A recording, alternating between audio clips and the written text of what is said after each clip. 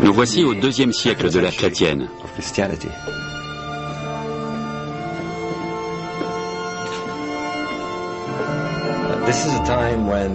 Nous sommes encore à une époque où le christianisme n'a pas défini son iconographie, ses symboles, ni même son mythe. Ceci représente une sorte de monde souterrain, c'est-à-dire cette zone obscure où les initiés entraient en contact avec les divinités. C'est la lumière qui pénètre les ténèbres, la quête du chemin qui mène dans l'au-delà. Les portes de l'immortalité passaient par la mort, si bien que les initiés venaient ici dans l'obscurité totale, probablement sans torche ni lampe, s'imprégner de l'atmosphère du lieu. Ils approchaient ainsi, croyaient-ils, du stade où l'on passe de vie à trépas pour renaître ensuite.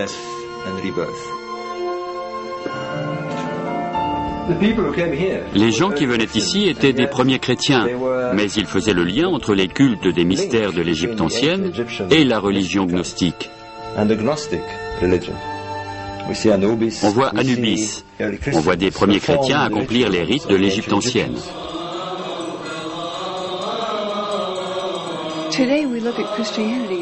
Aujourd'hui, le christianisme nous semble très divers.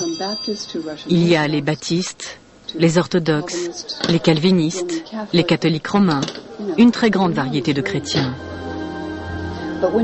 Mais au 1er siècle, cette diversité était sans doute encore plus grande. Étant donné que les écritures du Nouveau Testament n'étaient pas fixées par des canons précis, les chrétiens du monde entier ne pouvaient s'accorder sur telle ou telle croyance et il n'y avait pas de structure précise.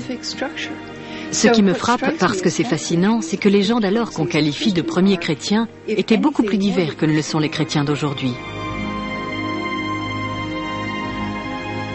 Nous savons que les disciples de Jésus lisaient, écrivaient et respectaient de très nombreux évangiles, ainsi que d'autres écrits de nature différente, des lettres, des épîtres, des hymnes, etc.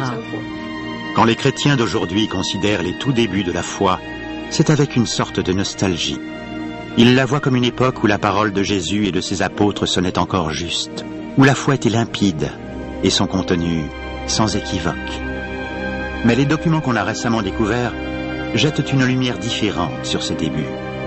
Si la chrétienté d'aujourd'hui adore Jésus en tant que seul et unique Fils de Dieu, qui est mort pour racheter nos péchés, il semble que les premiers disciples de Jésus aient eu une foi sensiblement différente. Les chrétiens judaïques ne font jamais mention de la valeur salvatrice du sacrifice du Christ sur la croix. Ils croyaient en Jésus comme en un éclaireur éclairé, un illuminateur.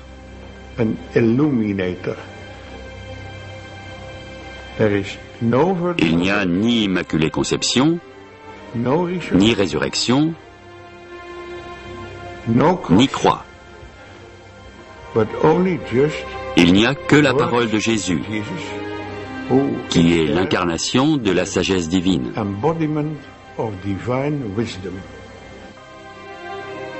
Jésus de Nazareth, un homme ou un mythe? Ceux qui lui ont emboîté le pas ne semblaient pas se souvenir de lui comme du seul et unique Fils de Dieu.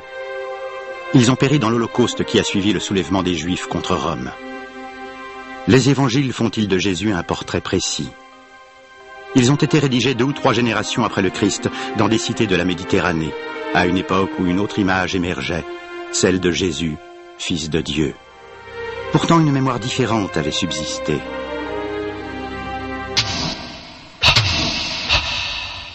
Nous voici au Moyen-Âge, dans le sud de la France. Durant une brève période, des gens animés d'une foi différente résistent aux chrétiens. L'Église les considère comme des hérétiques, pires que des démons. Pendant des dizaines d'années, la fureur de l'Église s'abattra sur ces chrétiens gnostiques. Les armées de croisés décimeront la population. On inventera l'Inquisition pour brûler ces cathares, comme ils se nomment eux-mêmes, c'est-à-dire ceux qui sont purifiés, les parfaits.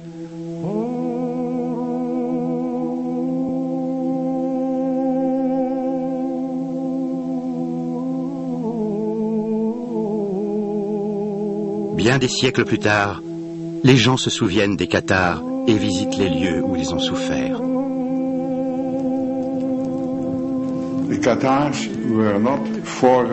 Les cathares n'étaient pas les prédécesseurs de la réforme. Ce n'étaient pas des hérétiques vis-à-vis de la religion catholique. Leur foi était complètement différente et remontait au temps des tout premiers chrétiens et même au-delà, à une époque où les gens voyaient ce monde comme un monde d'ombre, quand ils tournaient le dos à la réalité, au monde vrai. L'homme ligoté, incapable de se retourner, est persuadé que les ombres qu'il voit sur les parois de la caverne sont la réalité. Ces ombres projetées par le monde réel et divin qui se trouve derrière lui. C'est ainsi que le philosophe grec Platon décrit l'homme. Les initiés des anciennes religions du mystère croyaient pouvoir se défaire des liens qui les tenaient prisonniers et trouver la gnose, la connaissance du cœur, le savoir secret qui transforme l'homme et lui donne la conscience du monde spirituel, du vrai monde. On les appelle les gnostiques. Certains savants affirment qu'on retrouve cette même quête chez les tout premiers chrétiens, avant même que les évangiles ne soient écrits, dans les discours de Paul qui parlent de trouver le Christ en nous-mêmes, et dans d'autres documents anciens, découverts il y a 60 ans à Nag Hammadi en Égypte.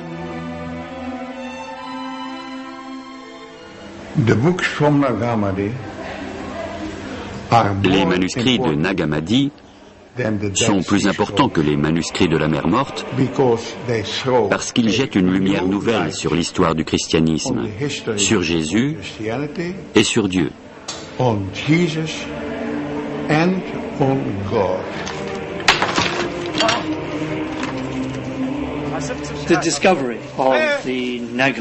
La découverte des manuscrits de Nag Hammadi par 2 paysans égyptiens a complètement bouleversé notre vision des premiers chrétiens.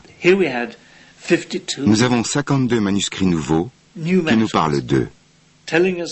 Ils proviennent sans doute d'un monastère chrétien établi en Égypte. Ces manuscrits ont été enterrés pour éviter qu'on ne les brûle lors d'un autodafé aux alentours du IVe siècle.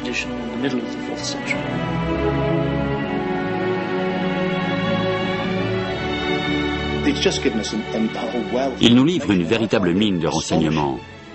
Et je m'étonne que les chrétiens ne se soient pas précipités pour lire l'évangile de Thomas et tous ces merveilleux écrits qu'on a découverts. Voilà qui en dit long sur la mainmise de l'Église de Rome qui méprise ces documents et qui les juge hérétiques et dangereux. Évidemment qu'ils le sont. Ils sont hérétiques et dangereux du point de vue de l'Église traditionnelle parce qu'ils remettent complètement en question le dogme de l'Église classique.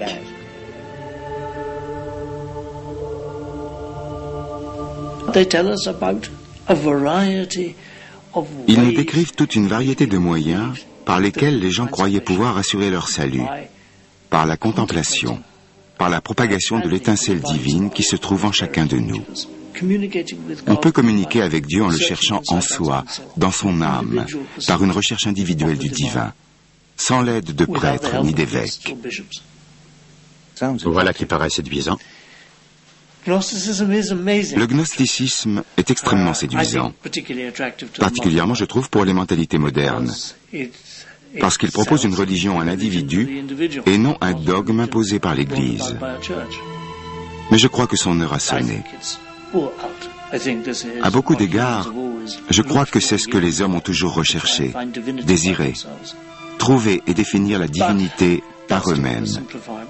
Mais je simplifie à l'extrême parce que c'est extraordinairement compliqué. C'est un peu comme si on se trouvait dans un bain de mousse avec des milliers de bulles de savon dans les yeux.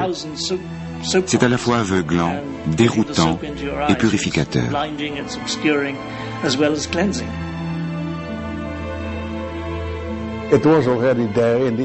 Tout est déjà là dans la religion égyptienne qui dit que l'homme, après la mort, devient Osiris et s'intègre à la divinité.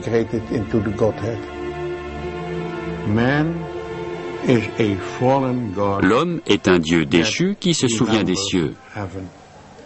C'est le schéma récurrent de tous les mystères de l'Antiquité. Celui d'Isis, de Mithra, d'Adonis et d'autres.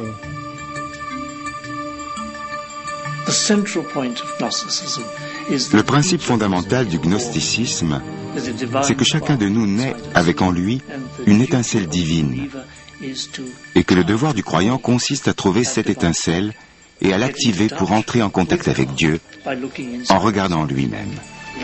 La gnose. Gnose signifie connaissance de soi. Qu'est-ce que la connaissance de soi? L'extase? Une sorte de psychanalyse? De quoi s'agit-il? Il est très difficile d'expliquer ce qu'est la connaissance de soi et la façon de l'acquérir. Ce n'est pas, comme la psychanalyse, une exploration intellectuelle de la psyché. Ce n'est pas l'extase. C'est une contemplation paisible et solitaire de ce qu'on est, parfois avec l'aide d'un maître. C'est se demander comment Dieu nous a créés, à quoi il ressemble. C'est une exploration à la fois apaisée et individuelle de soi-même.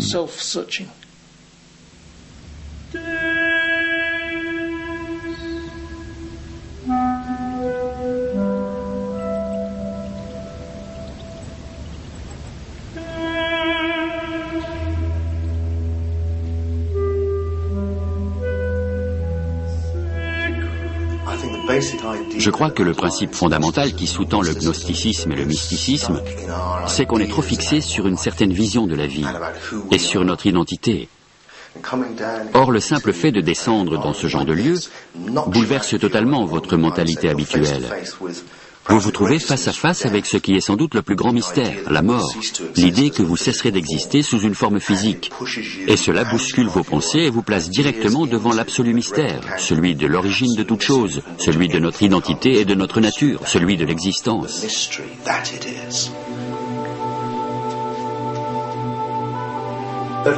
Mais pourquoi chercher cela dans l'obscurité et dans ces dédales? Parce que ce lieu favorise l'expérience mystique. Il y a l'attrait de l'obscurité et de la lumière, les bougies, les phénomènes d'écho. Tout cela concourt à vous mettre dans un état mystique.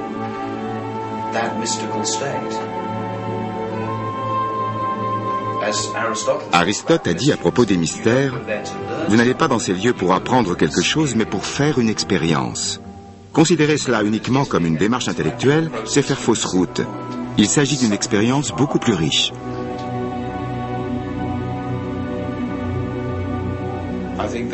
Les anciens avaient compris qu'on peut être très savant sans se connaître soi-même. Une fois qu'on a appris quelque chose, on apprend beaucoup de choses. Et cela se complique très vite.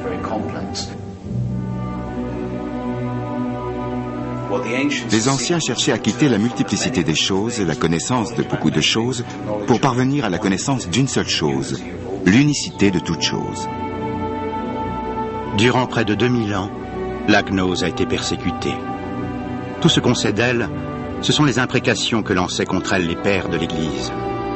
Mais la découverte faite à Nag Hammadi en 1945 changera pour toujours notre vision des origines du christianisme. Les deux hommes qui ont trouvé les manuscrits les ont d'abord jetés, puis ils sont tombés dans les mains de trafiquants.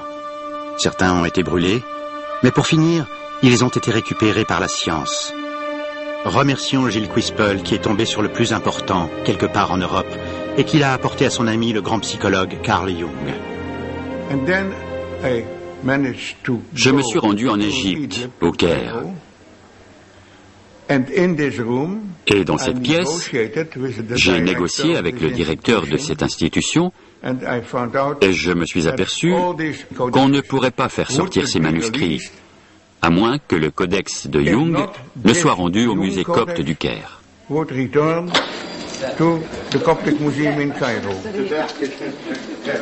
À présent, les manuscrits prennent la poussière dans une petite pièce du musée du Caire. On ne les consulte qu'une fois tous les 10 ans, en présence d'un fonctionnaire du musée, de la police secrète et d'un juge. Quispel, lui, est très bien accueilli.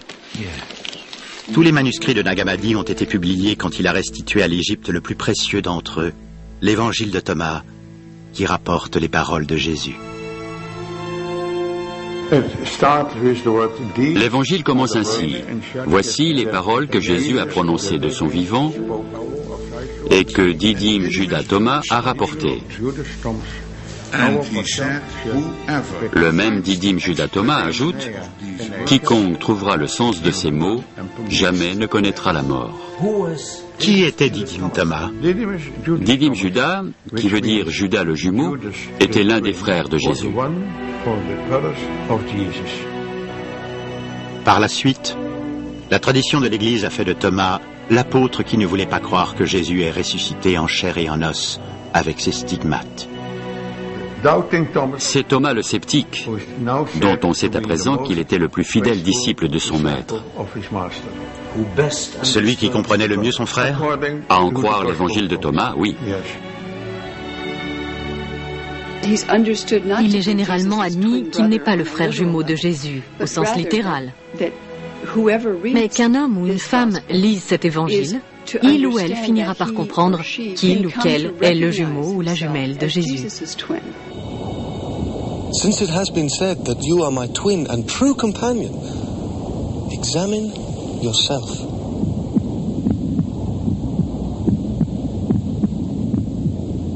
Examine yourself, that you may understand who you are.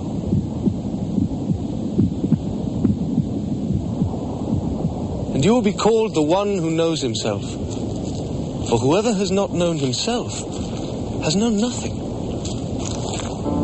But whoever has known himself has simultaneously achieved knowledge of the depth of the all. That which you have within you will save you if you bring it forth from yourselves.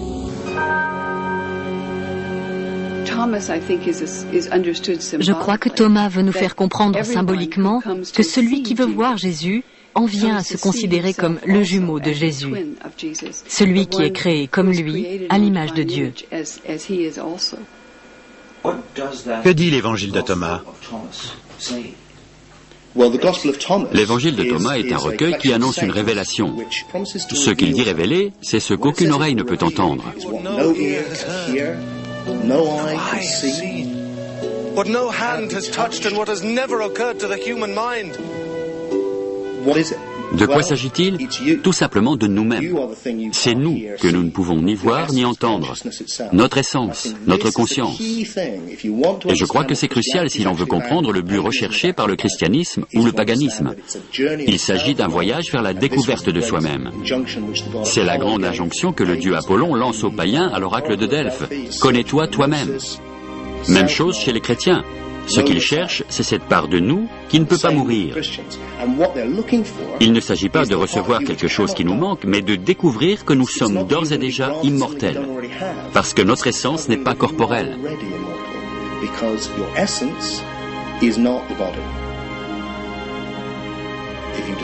Si vous découvrez qui vous êtes vraiment, vous découvrez Dieu, vous découvrez le divin.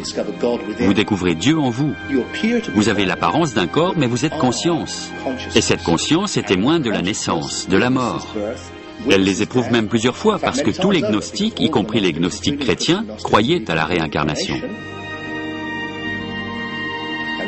L'éveil succède au sommeil. Vous étiez dans un cycle qui vous a conféré différents corps, mais vous n'avez jamais été ce corps. Vous étiez la conscience, le témoin, si bien que n'étant jamais né, vous ne pouvez jamais mourir. Toutes les choses sont l'expression d'une seule, si bien que tous les êtres humains sont des images, ou des eidolon. Ce sont des images d'un seul daemon, ou esprit. Une réflexion du divin? Non, pas une réflexion du divin, mais le divin devenu conscient de lui-même. Pour désigner le Père, ils utilisent l'expression d'éblouissante obscurité.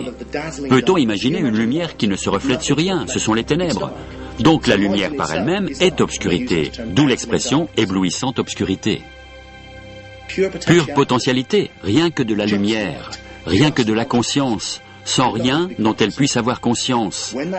Quand se crée quelque chose dont on peut avoir conscience, quand la lumière trouve quelque chose à réfléchir, l'univers commence à exister.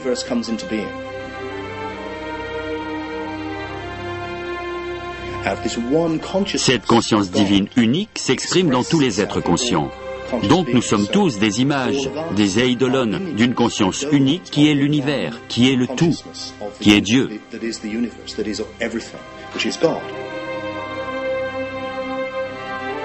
Le mythe chrétien tel qu'il nous est donné insiste bien sur l'abîme qui sépare l'homme de Dieu. Dieu, c'est Dieu. Nous ne sommes que des mortels.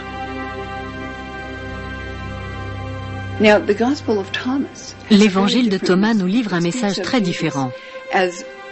Il parle de Jésus comme du Fils de Dieu et de tous les autres humains comme des enfants de Dieu, qui n'en sont peut-être pas conscients parce qu'ils n'ont pas conscience d'avoir été créés à l'image de Dieu, la lumière divine, qui est apparue avant même que Dieu ne crée l'univers, quand Dieu a dit que la lumière soit. L'humanité a été créée à l'image de cette lumière, et dans l'évangile de Thomas, Jésus s'exprime en tant que voix de lumière. It is I who am the light which is above them all. It is I who am the all.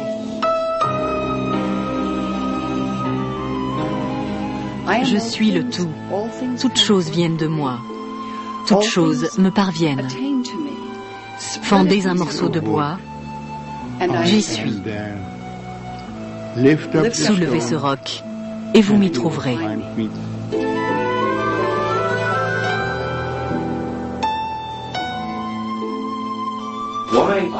Pourquoi la phrase de l'évangile de Thomas « Regarde sous n'importe quelle pierre et tu me trouveras » est-elle si dangereuse pour l'Église? Parce que c'est une conception panthéiste qui implique que la divinité est partout et dans tout. Le triomphe de la religion chrétienne amène ce qu'on peut attendre de la création d'une Église. Pour accéder à Dieu, il faut passer par l'évêque. Si on veut bâtir une église, il faut dire non, le salut n'est possible que grâce à cette église et uniquement grâce à elle et aux représentants de Dieu sur terre, qui est le pape. Il n'y a pas d'autre voie possible. Pour les gnostiques, notre salut est une affaire personnelle qui dépend de chacun de nous. Voilà la révélation de la gnose. L'essence de l'homme étant par nature immortelle, il est donc inutile de mériter cette immortalité en étant bien sage, en obéissant aux règles. C'est pourquoi les gnostiques ont un côté très anarchiste, libre-penseur, libertin. Peu leur importent les dogmes. Et bien sûr, dans leurs histoires, leur grand héros, c'est Jésus. Il est dépeint comme un libertin qui fréquente les prostituées et les gens de mauvaise réputation.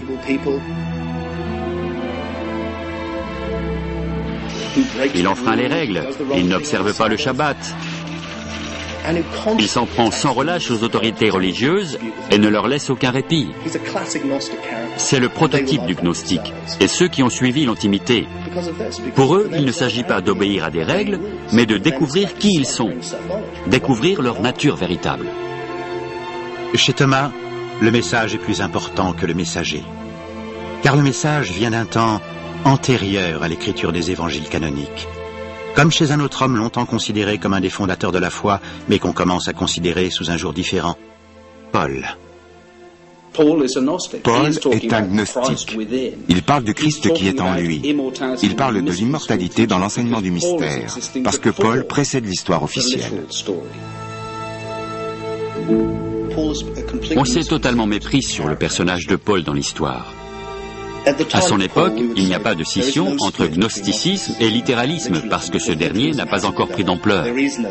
Le Jésus des Écritures n'existe pas encore. Une ou deux générations plus tard, les évangiles racontent la vie de Jésus en détail.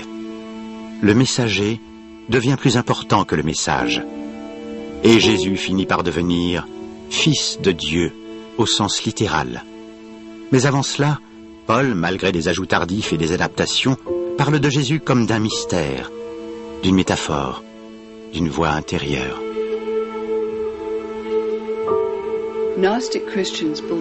Les chrétiens gnostiques croyaient que Paul était leur maître. Tertullien, le père de l'Église qui méprisait les gnostiques, a néanmoins appelé Paul l'apôtre des hérétiques, parce que selon lui, les hérétiques aimaient Paul et le citaient tous. Ils se réclamaient tous de lui, parce que son enseignement était tellement mystérieux et à beaucoup d'égards très profond. Si c'est le cas, la pensée de Paul reflète des idées qui sont nées ici pour la plupart. Jadis, porte de l'Égypte et une des plus illustres cités antiques au carrefour de l'Asie, de l'Afrique et de l'Europe, il s'agit de la ville d'Alexandrie. Alexandrie, à cette époque, la deuxième ville de l'Occident. C'est là que le gnosticisme a vu le jour. Ici vivaient des Égyptiens, des Grecs, et davantage de Juifs à cette époque qu'il n'y en avait en Judée et en Galilée.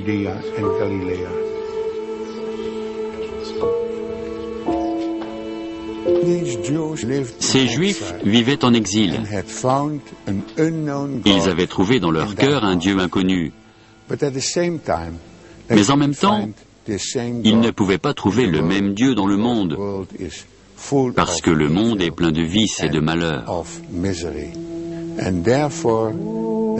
Si bien qu'ils ont décidé que ce monde avait été créé par un Dieu inférieur, Jéhovah, leur divinité tribale. C'est le Dieu de l'Ancien Testament, œil pour œil et dent pour dent, un Dieu jaloux.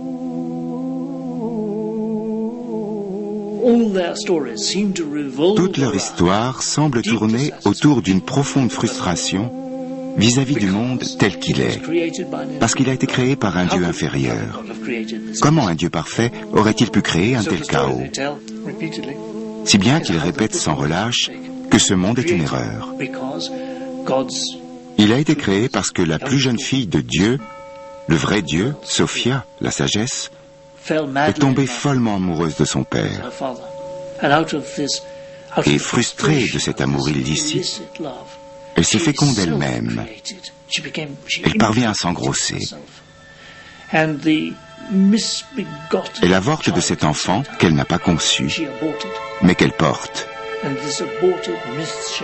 Et c'est cet avorton à tête de lion, Yaldabaoth, c'est-à-dire le roi du chaos, qui, se targuant d'être sorti du seul paradis de Dieu, a créé, ou plutôt raté, ce monde physique.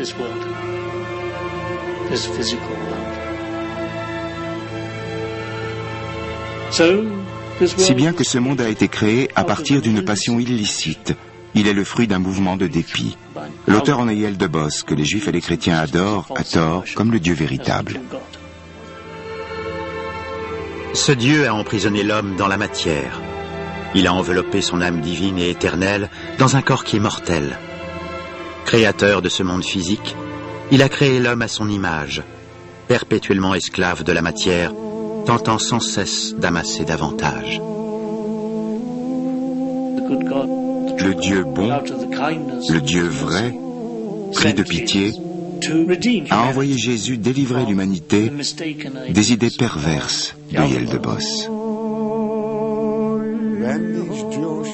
Quand ces Juifs d'Alexandrie sont devenus chrétiens, Jésus a fait appel à leur moi le plus profond.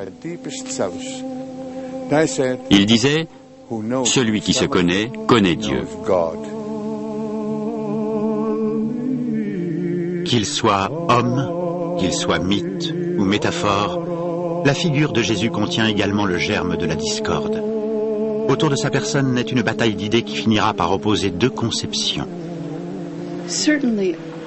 À coup sûr, la plus âpre des disputes qui a surgi entre les disciples du Christ, c'était de savoir pourquoi Jésus avait choisi de mourir de façon aussi atroce. Et dans ces communautés orthodoxes, la seule façon d'en tirer un sens religieux, c'était de dire qu'il s'agissait d'un sacrifice expiatoire.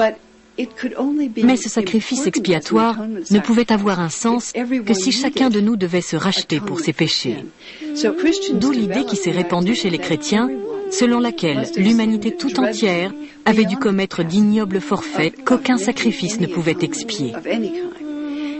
Et c'est pourquoi l'idée que le propre Messie de Dieu a été contraint de se sacrifier pour expier tous les péchés du monde est devenue la seule interprétation autorisée de la crucifixion. Cette interprétation imposait un nouvel élément crucial dans la relation entre l'homme et le divin, le péché. L'élément central du message chrétien, son levier en quelque sorte, c'est le degré de culpabilité qu'il instille. C'est l'idée que Dieu est là, qui nous observe, qui sait non seulement ce que nous faisons, mais ce que nous pensons. Je crois que le christianisme est une religion tout à fait exceptionnelle, dans la mesure où elle affirme que Dieu voit tout et punit, c'est ce qu'on dit du moins, les croyants pour leurs fautes intellectuelles, pour les péchés de l'esprit. Le péché et la faute ont donné naissance à une foi où l'enfer devient imaginable, où l'on craint Dieu et les admonestations du clergé. Ce n'est pas une conception que les gnostiques souhaitaient partager. Le mot pécheur ne figure pas dans leur dictionnaire. L'évangile de Thomas parle moins de la fracture entre Dieu et nous que de nous en tant qu'hommes, créés à l'image de Dieu et possédant de façon innée des liens et des affinités avec le divin. L'homme est un Dieu déchu qui se souvient des cieux. C'est le schéma de tous les mystères de l'Antiquité et aussi celui de la gnose. La notion de péché n'y a pas sa place. Ce qui ne signifie pas que nous soyons sans péché ou divins, mais plutôt que le chemin vers Dieu passe par la connaissance que nous avons de nous, et que quels que soient les péchés que nous commettons ou les torts que nous faisons, il y a des moyens de se racheter. Mais l'argument qui fait du péché un élément crucial au point que Jésus a dû mourir pour racheter l'humanité reposait sur un très ancien mythe, celui d'Adam et Ève, celui du péché originel, qui a fait de l'homme un être mortel. Les chrétiens insistent beaucoup plus sur la culpabilité d'Ève, la mauvaise femme, que ne le font les juifs. Avant l'orthodoxie chrétienne, le péché n'avait pas une telle importance. Les rabbins, les païens et les gnostiques s'accordaient sur le fait que nous avons en nous la capacité d'obéir ou de désobéir à Dieu. Il y a le bon instinct et le mauvais instinct. C'est ainsi qu'on définissait la condition humaine. Il y a un grand débat sur ce sujet, parce que certains chrétiens jugent que c'est insensé, le simple fait de manger une pomme. Pour une petite désobéissance, des millénaires durant, les chrétiens sont châtiés par Dieu, condamnés par Dieu à une existence inférieure au lieu de vivre au paradis. C'est une punition totalement disproportionnée. Il y a une très bonne histoire à ce sujet, une histoire gnostique, selon laquelle le serpent dans le jardin d'Éden n'est autre que Jésus. C'est Jésus qui apporte à l'homme l'arbre de la connaissance. C'est Jésus qui souffle à l'homme l'idée de croquer la pomme. Et c'est Jésus qui lutte contre la pitoyable jalousie de son Père, lui qui ne veut pas que les humains deviennent des dieux. Le Créateur est jaloux de la beauté de sa création et il refuse que les humains qu'il a créés partagent sa connaissance. Car, comme il est dit dans la Genèse, une fois que tu auras goûté à l'arbre de la connaissance, tu deviendras comme Dieu.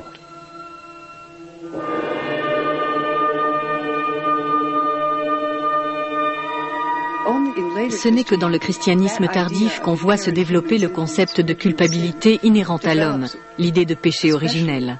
C'est saint Augustin au IVe siècle qui en a fait la règle de la doctrine chrétienne pour les siècles à venir. Donc dans ces communautés orthodoxes, on se persuade non seulement de la distance qui existe entre Dieu et le genre humain, mais surtout du fait que l'homme est un pécheur impénitent. Seule la mort du Christ peut expier nos fautes et c'est le sens de son sacrifice.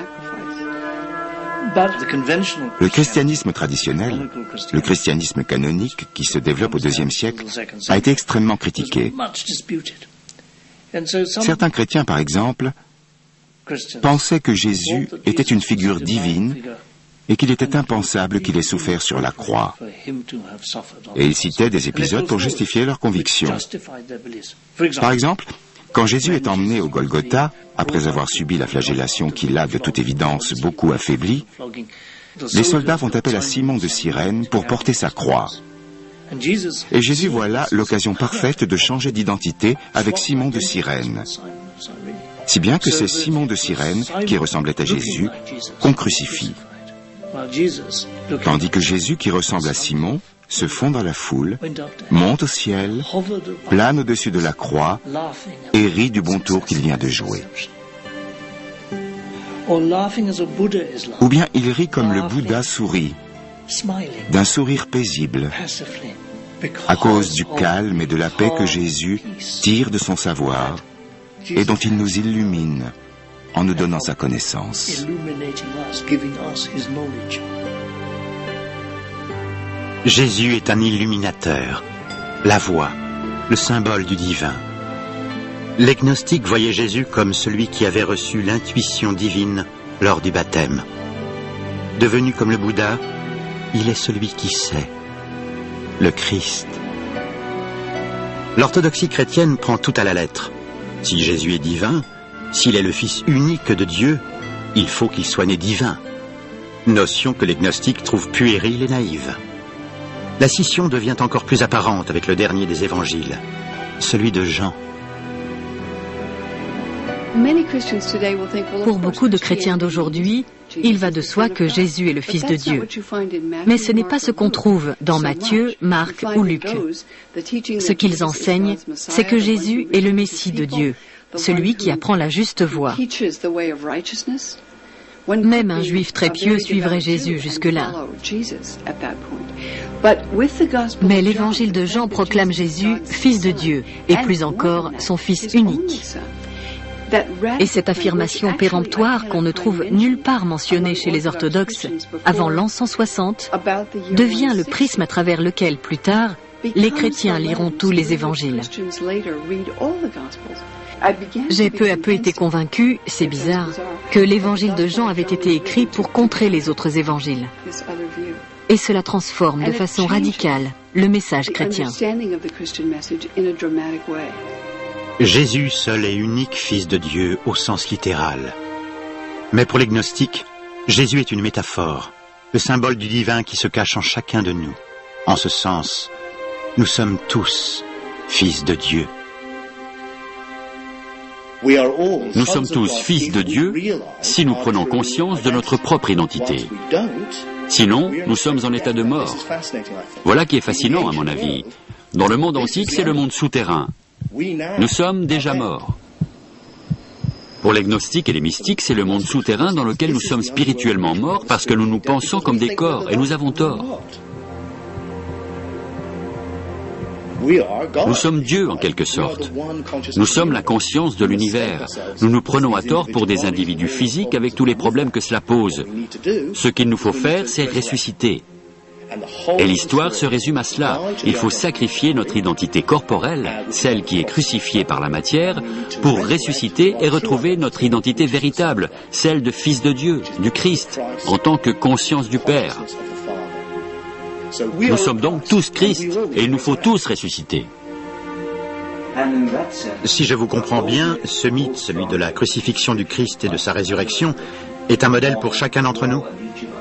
Oui, précisément, un modèle qui peut nous mener à l'initiation.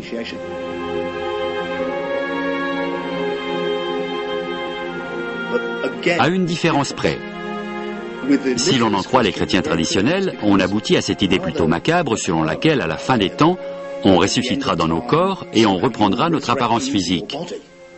Car c'est ce qu'ils croient qui est arrivé à Jésus. Il a retrouvé son enveloppe charnelle après avoir subi une mort réelle. Si bien que c'est ce qui nous arrivera à nous aussi. C'est ce qui se passera si on comprend le message chrétien. Les gnostiques disent le contraire. Si vous ne comprenez pas le message chrétien, vous revivrez en tant que corps grâce à la réincarnation. Si vous le comprenez, vous aurez conscience que vous n'êtes pas d'abord un corps, mais que vous êtes Christ, que vous n'êtes tous qu'un, et dès lors qu'il n'y a plus besoin de passer par le cycle de la réincarnation. Il s'agit là d'une foi différente, presque opposée. Laquelle est la première?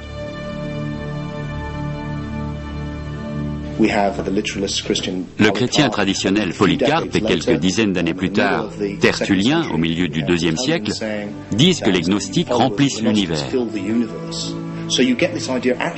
On a cette idée toute faite et entretenue par la tradition qui veut que l'Église, fidèle et respectueuse du dogme, ait immédiatement succédé aux apôtres.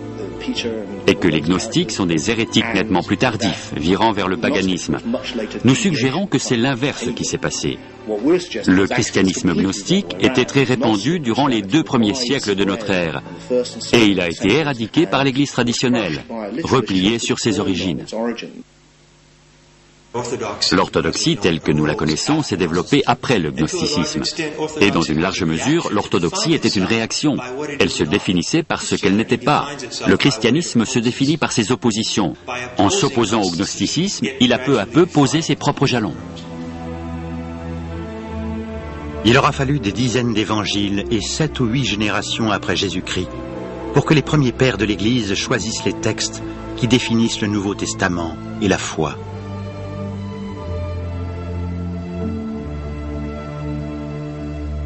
Je crois que c'est face à un terrible danger, face aux menaces de persécution, que les différentes autorités chrétiennes ont été obligées d'établir les dogmes chrétiens fondamentaux sur lesquels elles pourraient toutes se mettre d'accord.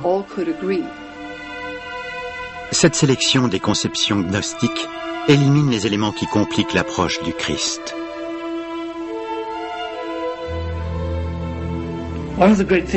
Un des grands atouts du christianisme, c'est la simplicité de son message. Jésus est le Fils de Dieu, Jésus est venu racheter nos péchés, Jésus est mort pour nous. Ces formules choc sont autant d'adhésions dans la secte chrétienne, dans l'Église chrétienne.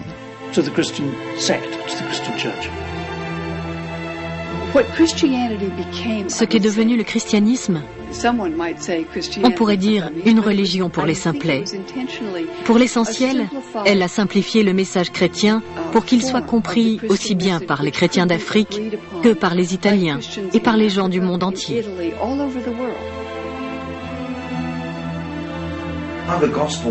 Les évangiles ont-ils été fabriqués ? Non, il ne faut pas les voir comme une fabrication. Je crois qu'ils sont ouverts à des interprétations ambivalentes. Exemple Paul. Il parle lui-même de sa façon de s'exprimer de deux manières en même temps, à l'intention de ceux qui sont capables d'entendre les messages spirituels et de ceux qui n'en comprennent que la lettre.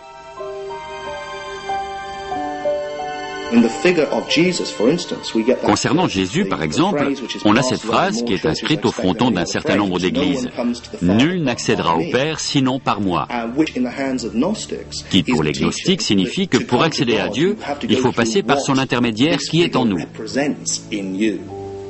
C'est le message de Paul. Pour trouver Dieu, il faut trouver le Christ à l'intérieur de soi, comme une allégorie de la vérité. Mais c'est l'Église traditionnelle qui dit « Non, il n'y a qu'une seule voie ».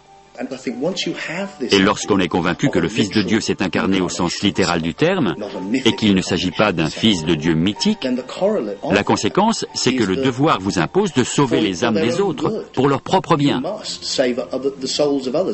Tout le monde doit en être persuadé, y compris par la force, puisqu'il s'agit du salut de toutes les âmes. C'est l'injonction divine qui vous force à être autoritaire. Le débat a été singulier. Les chrétiens prenaient tout personnellement, parce que c'est dans la nature du christianisme. Mais à force d'humaniser le divin, on lui apporte la colère, les jugements, la rancune, l'agressivité qui existent dans la personnalité humaine.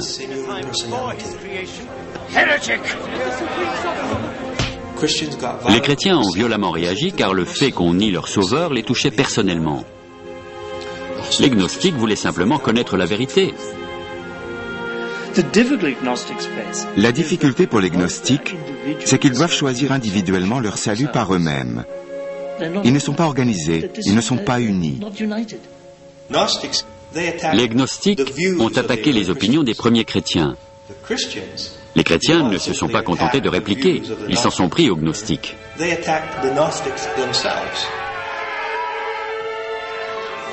Les deux visions auraient sans doute cohabité sans l'apparition de cet homme, Constantin, premier empereur romain à embrasser la foi chrétienne et dont les successeurs viseront le pouvoir suprême.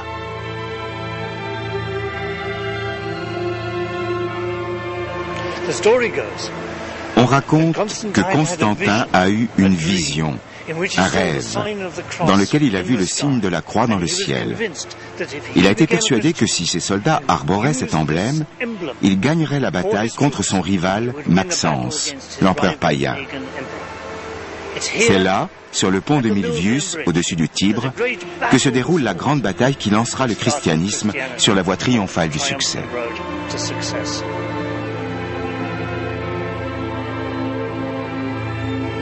Le concile de Nicée, en 324. L'empereur Constantin fait cesser toutes les dissensions qui concernent la foi. Fellow ministers, we believe in one Lord, Jesus Christ, the Son of God, God from God, light from light, true God. 3 siècles plus tard, Jésus est proclamé Fils de Dieu par décret impérial. Toute autre opinion est interdite. Lorsque la religion chrétienne s'allie à l'État pour créer un monopole religieux, elle procède à un changement radical. On peut dire qu'il s'avérera triomphal et couronné de succès. Certes, mais une fois que l'Église s'allie à l'État, elle se met à commettre les mêmes crimes que ceux dont elle se plaignait d'avoir été la victime depuis les 300 ans qu'elle existe. Elle persécute, elle tue pour des motifs religieux. Elle devient fatalement une institution hiérarchisée, oppressive, qui est nécessairement conservatrice. Bien sûr, on peut la défendre en disant « c'est dans l'intérêt des masses qu'on leur impose telle religion particulière ». Pour ma part, j'aurais rêvé ou imaginé mieux. Ce n'est pas la meilleure façon de procéder.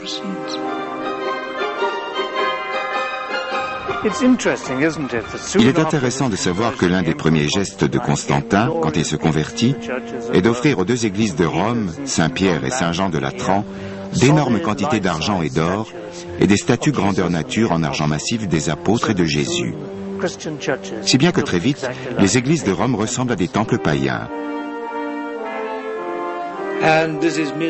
Et cela n'est strictement rien en comparaison des immenses richesses que l'Église va amasser plus tard. L'Église est-elle corrompue? Oui. Garde-t-elle le sens de ses origines? Celui de l'importance de la pauvreté? Oui. L'Église se divise donc entre la pauvreté et l'abstinence des moines et la fortune des évêques. Mais certains évêques restent fidèles à la vertu et pratiquent la charité, les meilleurs d'entre eux. L'Église est donc toujours déchirée, il y a cette tension intérieure.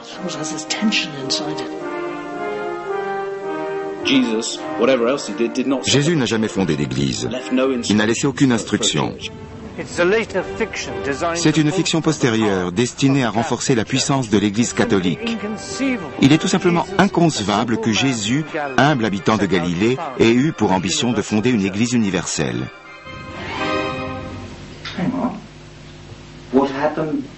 Que pensez-vous du fait que Jésus ait remis son autorité à Pierre? Ce sont des légendes, au point qu'on n'en trouve pas la trace dans le Nouveau Testament, comme la donation de Constantin. La donation de Constantin est un faux. C'est un document dont l'Église romaine affirmait au Moyen-Âge qu'il s'agissait du contrat que Constantin avait rédigé sur son lit de mort. Je vous lègue l'Empire. Et quand on a fini par savoir que c'était un faux, c'est ce qui a déclenché le début de la réforme protestante. Nous avons voulu écouter les perdants, ceux qui ont été exterminés au cours du IVe siècle. Et on s'est dit, certes, ils ont perdu une bataille, certes, l'Église romaine, avec sa conception d'un Jésus historique et son dogme figé, a triomphé, mais cela ne signifie pas pour autant qu'elle est une version précise et exacte des événements. Que sont devenus les perdants? Ils ont été exterminés. Tous ceux qui connaissaient l'autre histoire, les gnostiques et les païens, ont été bannis de l'Empire. On a détruit les temples, on a tué ou banni les philosophes, on a brûlé les livres. Le christianisme était censé être la religion favorite de Dieu. On pouvait supposer que si elle triomphait, on entrerait dans l'âge d'or. Au lieu de cela, on est entré dans les ténèbres. Les gens ne savaient même plus comment fabriquer des maisons en briques. Il a fallu attendre la Renaissance pour que toutes les sciences païennes parviennent en Italie, à Florence. Les ouvrages de Platon avaient été bannis pendant 1000 ans. Botticelli s'est mis à peindre des dieux païens. Si on appelle cette période Renaissance, c'est parce que c'est la renaissance de la culture occidentale, parce qu'on en revient au point où on en était avant que le christianisme ne triomphe.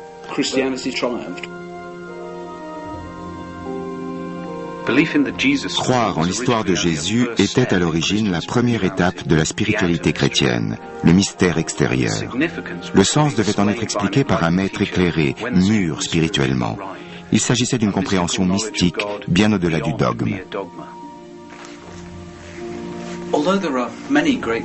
Même si beaucoup de grands mystiques chrétiens ont intuitivement saisi ce niveau symbolique plus profond, nous n'avons gardé, nous, en tant que culture, que les mystères extérieurs. Il me semble qu'on a gardé la forme, mais qu'on a oublié le sens. Comme les églises se vident, les gens cherchent ailleurs, parfois à l'autre bout du monde, sans se rendre compte que la tradition veut que les mêmes mensonges entourent notre passé. Des mensonges destinés aux mêmes hommes. Certains pères de l'Église, tel Irénée dans ses 5 célèbres volumes contre les hérétiques, essaient d'identifier les gnostiques et dit que ce ne sont pas des chrétiens, mais des hérétiques. Ils ont des caractéristiques. D'abord, ils adorent lire et interpréter les Écritures. Ensuite, ils se fient à leur intuition, à leurs révélations, à leurs rêves, et croient qu'ils reçoivent des intimations du divin. Enfin, ils sont en perpétuelle recherche. Ils sont constamment ouverts à de nouvelles explorations. On pourrait en dire autant de nos jours des gens qu'on a baptisés New Age. Et puis le propre de la philosophie, n'est-ce pas la recherche et le questionnement permanent? Ce questionnement dont la tradition s'est perdue s'est interrompu pendant des siècles et des siècles. Il nous paraît compliqué et parfois effrayant.